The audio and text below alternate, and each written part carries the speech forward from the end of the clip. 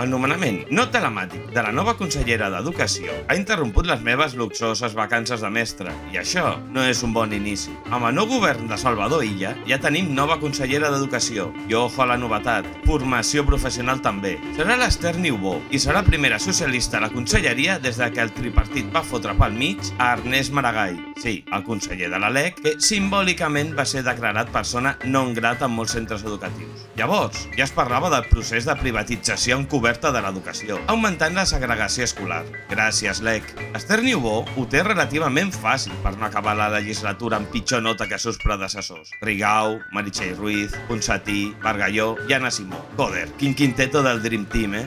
Què ha fet l'Esther per mereixer aquest càrrec? Bàsicament, ser una política de l'educació dins del PSC. Està en comissions parlamentàries sobre l'educació i està ben a dins de la Fundació Bofill. No ha trepitjat una aula d'una escola i institut des que va deixar de ser estudiant, però com a bona política no sembla importar-li una merda. Però, des de la seva cadira, fa els discursos típics de l'oposició. En aquest cas, la de Cambray i Simó. La maquinària propagandística ja està en marxa. I no paren de sortir com bolets tot de projectes i estudis que va fer la Fundació Bofill sobre l'impacte de la segregació escolar, la formació del professorat, la innovació i les desigualtats educatives. Especialment amb toca els ous que des de la Fundació Bofill, també sota la seva direcció, es parli d'equitat, pregant als quatre vents la importància de l'accés a una educació de qualitat independentment de l'origen socioeconòmic de l'alumnat i les seves famílies.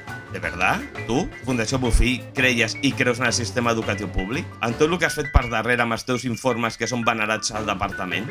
I l'oxitat que et sents quan col·labores amb el sector privat i pensant que algun dia, si ho desitges ben fort, totes les escoles de bien seran concertades i privades? En tot cas, sembla que té un munt de màsters. A més, és llicenciada en Ciències Polítiques i de l'Administració. I els màsters que té són de Política Internacional, de Comerç Exterior i Economia Internacional i Polítiques Públiques i Socials.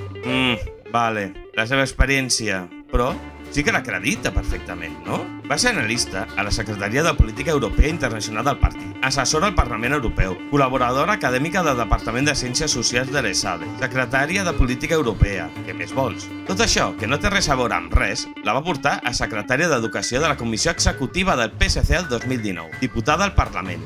Ha estat portaveu socialista de la Comissió d'Educació i es va enfrontar al conseller i la consellera de torn. I el que em toca més amunt, que vingui qui no ha trepitjat mai una aula d'una escola o un institut a donar-te lliçons sobre la importància de les noves tecnologies. Potser algú té a veure amb la despesa brutal que s'ha fet amb els equips de robòtica que s'ompliran de pots dins dels armaris i la importància de metodologies innovadores dins l'aula, com, per exemple, en aquest cas, l'aprenentatge basat en projectes.